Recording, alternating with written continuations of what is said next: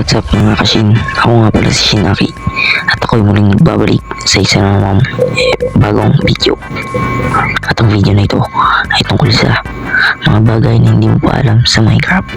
Una, alam mo ba na pwede mong gawing stray ang skeleton gamit lang ang powdered snow? Kagaya na itong ginagawa ko ngayon.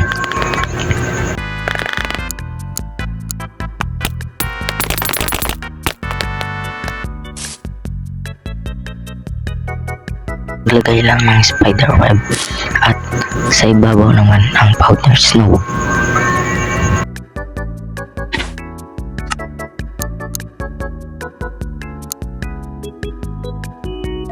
Ilagay ang skeleton sa loob at panoorin mo kung ano mangyayari. Tingnan mo naman, parang magkakaroon ng magic. Siguro nilamig yung skeleton kaya naging stray. At yun, yung stray na nga yung skeleton. Nakakabilib, diba? Paano na kaya nangyari yun? Ang pangalawa naman sa listahan ay ang mabilis na stair. Ang gagawin mo lang dito ay kagatin ang mga cake na parang ganito at sumakay ka sa kabayo mo at i-testing mo, tignan mo. Napakabilis na ito. 1 milliseconds. Sheesh. Take two. Ang ganda eh. Away! Ala na stuck. Gagi na stuck ulit. Ulit. Wee! Sheesh. At ang panglas naman ay ito. Hindi ko alam ang tawag dito eh.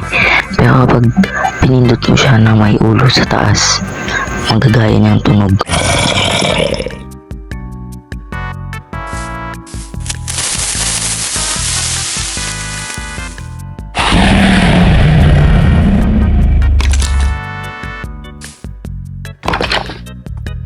Ayun, ganun. Pero maganda siya. Pwede mo to pang prank sa mga kaibigan mo. At yan lang po muna para sa video na ito. I hope na nagustuhan nyo. At kung nagustuhan mo naman ay mag-subscribe ka na at i-click na ang notification bell dyan sa baba para updated ka sa aking mga panibagong video. At mag-like ka na rin syempre. At kung may mga gusto kang ipagawa sa akin o i-challenge sa akin, ay comment mo na lang yan dyan sa baba at akin yan babasahin at aking gagawan pa ng content. Yun lang. Goodbye. See ya.